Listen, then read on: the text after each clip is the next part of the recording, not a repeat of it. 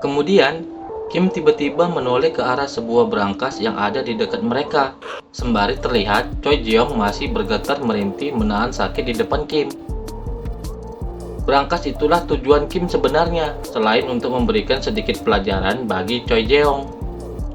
"Itu berangkasnya kan?" tanya Kim ke sekretaris yang berada di belakangnya, yang hanya bengong melihat tindakan yang dilakukan Kim di sana. "Kembalilah duluan dan tunggu aku. Aku akan mengurus sisanya dan mengabarimu setelahnya," ucap Kim kembali. "Aku mengerti," jawab singkat sekretaris. Ketika aku dengar dia menang 5 lawan 1, aku kira dia memang hanya jago berkelahi, pikir sekretaris dalam benaknya sembari menurunin tangga di tempat itu. Terlihat raut wajah sekretaris sangat kaget melihat sesuatu di depannya. Tapi tidak kusangka dia juga dapat menghabisi satu geng sendirian. Bagaimana dia melakukannya? Lanjut pikir sekretaris dalam benaknya. Kemudian, terlihat kembali Kim sedang menghampiri lagi Choi Jeong yang sedang berbaring di sana. Aku tahu, sangat wajar bagi seseorang untuk sedikit berubah dalam 10 tahun. Tetapi ini sangat tidak masuk akal. Pemakaian pisau dan pipa sama sekali tidak bekerja padanya, pikir Choi Jeong bertanya-tanya dalam benaknya.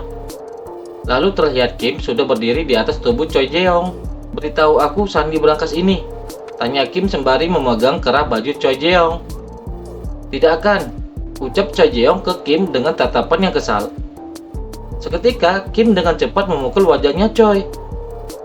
Kembali lagi Choi merintih menahan rasa sakit dari pukulan Kim dan juga terlihat keluar sedikit cairan merah dari hidungnya Choi.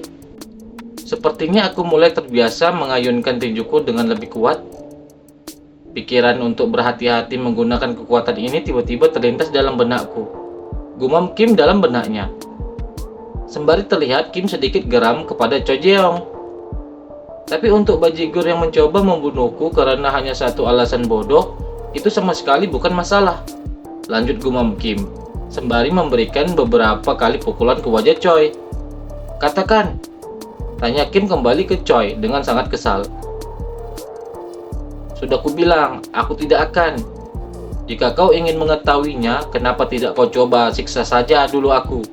jawab Choi ke Kim dengan ekspresi wajah menantang. "Ah, kau tidak bisa melakukan hal rendahan seperti itu ya?" ucap kembali Choi ke Kim sembari tersenyum sinis merendahkan. Tiba-tiba Kim terdiam. Lalu Kim melepaskan Choi Jeong. Kemudian Kim mendatangi kembali berangkas itu. Choi terlihat mengeluarkan ponselnya dan kemudian mengetik sesuatu di ponselnya itu. "Apa? Kau mau mencoba dan menebak kombinasinya?" tanya Choi. Kemudian terlihat Kim sedang mengatur nafasnya.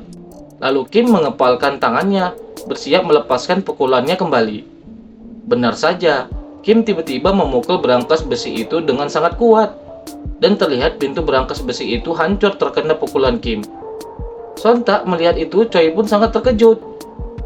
Melihat berangkas besi itu bisa hancur hanya dengan satu pukulan dari Kim.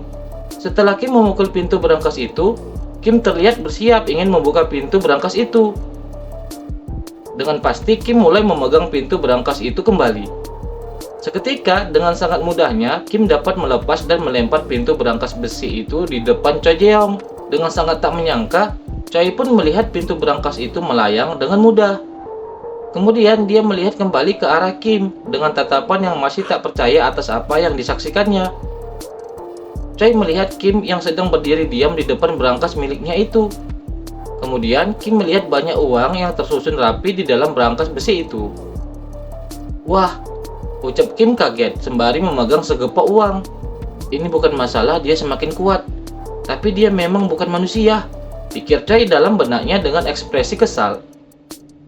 "Ah, ini dia surat hutangnya. Aku akan mengambil ini dulu," ucap Kim sambil mengantongi surat hutang yang didapatnya. "Bagaimana?" tanya Choi. "Apanya?" jawab Kim kembali bertanya. "Bagaimana bisa kau mendapatkan kekuatan aneh itu?" tanya kembali Choi ke Kim, sembari terlihat Choi sudah berdiri di samping Kim. Kim hanya diam melihat Choi setelah mendengar pertanyaan dari Choi itu. "Trik macam apa yang kau gunakan?" tanya kembali Choi ke Kim dengan nada yang keras. Kim hanya diam melihat tingkah Choi itu, sembari bergumam dalam benaknya. Alasan mengapa aku menunjukkan kekuatan superku kepada bajigur ini adalah untuk menghancurkan egonya. Tidak, tapi kesombongan yang ada pada dirinya bahkan setelah kuhancurkan. Penasaran? Ada beberapa hal yang memang seperti itu. Hal-hal yang orang normal sepertimu tidak ketahui. Ucap santai Kim ke Choi dengan sedikit tersenyum. Mendengar itu, mata Choi terbuka lebar, terlihat urat-urat matanya memerah. Kemudian Choi mengepal tangannya dengan kuat, penuh amarah. Ide Kim Lipak benar-benar tepat sasaran. Alasan Choi Jeong penuh dengan amarah bukan karena dia kalah dalam pertarungan ini, maupun karena kehilangan uangnya, melainkan karena kepercayaannya sebagai orang yang spesial dan superior telah diruntuhkan. Kalau begitu, mari kita bicara setelah aku menyelesaikan urusanku dahulu, ucap Kim ke Choi. Kemudian, Kim pun mulai mengambil isi berangkas itu sampai habis. Bagaimana rencanamu untuk mengambil semua itu? Tanya kembali Choi ke Kim, sembari melihat Kim telah memindahkan uang dari berangkas itu ke sebuah kantong sampai penuh. Aku yakin aku bisa membawanya. Tetapi apakah kantong itu akan kuat menahannya? Semua pasti ada jalannya. Oh, kau di sini, ucap Kim sambil melihat ke arah Wang yang tiba-tiba sudah ada di sana. Yo, sapa Wang ke Kim. Dia yang dari waktu itu, tanya Choi dalam benaknya setelah melihat Wang yang ada di sana. Hei, mengapa kau telat sekali? Rencana ini tidak akan berjalan tanpamu, ucap kembali Kim ke Wang. Kau tahu mengapa anak kecil yang tinggal di depan sekolah sering telat? Itu karena mereka tidak terburu-buru. Itulah mengapa aku telat, jelas Wang ke Kim dengan santainya. Apa yang kau bicarakan? Ucap kembali Kim bingung setelah mendengar penjelasan dari Wang. Jadi rencana besarmu adalah untuk membawa itu dengan bantuan orang lain? Setelah mendengar pertanyaan Choi itu, tiba-tiba terdengar suara dari luar tempat mereka. Apa? Ucap Kim kaget menyadari sesuatu. Ternyata suara itu adalah suara sirine mobil polisi yang sudah tiba di kantor Choi Jeong, dan terlihat banyak mobil polisi yang mengepung markas Choi Jeong itu. Polisi sudah mulai datang. Aku meneleponnya barusan, ungkap Choi ke Kim, sembari mengingat kejadian sebelumnya sewaktu Choi menghubungi seseorang melalui ponsel miliknya.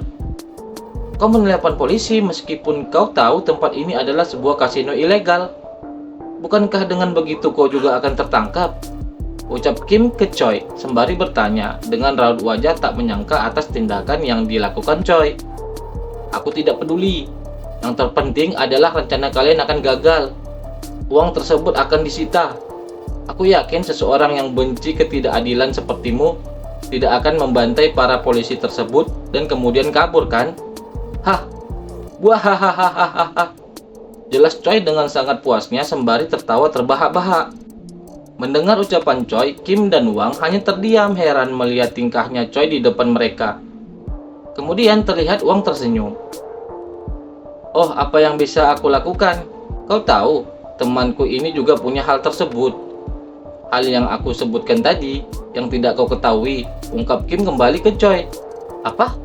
Ucap Choi bingung. Oh iya, tempat ini adalah kasino, kan? Kalau begitu, ini sedikit tip dariku, sang pemenang dalam permainan kali ini. Aku harap kita tidak akan bertemu lagi, ucap Kim ke Choi sembari melemparkan selembar uang ke arah Choi. Selembar uang itu pun tepat menutupi matanya Choi. Seketika mata Choi terbuka lebar menyadari sesuatu di depannya.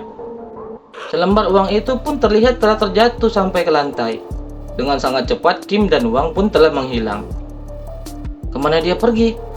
Kalau begitu, pria tadi juga memiliki kekuatan aneh sepertinya. Pikir Choi saat itu menyadari Kim dan Wang memiliki kemampuan yang aneh. Kim Lipak. Kim Lipak. Ucap Choi memanggil nama Kim dengan keras dan penuh amarah. Seperti itu, Kim Lipak berhasil mendapatkan uangnya dan berhasil menghancurkan egonya juga. Akan tetapi, bertentangan dengan pernyataan agar tidak bertemu lagi. Choi Jeong dan Kim Lipak akan bertemu sekali lagi dengan cara yang jauh lebih buruk.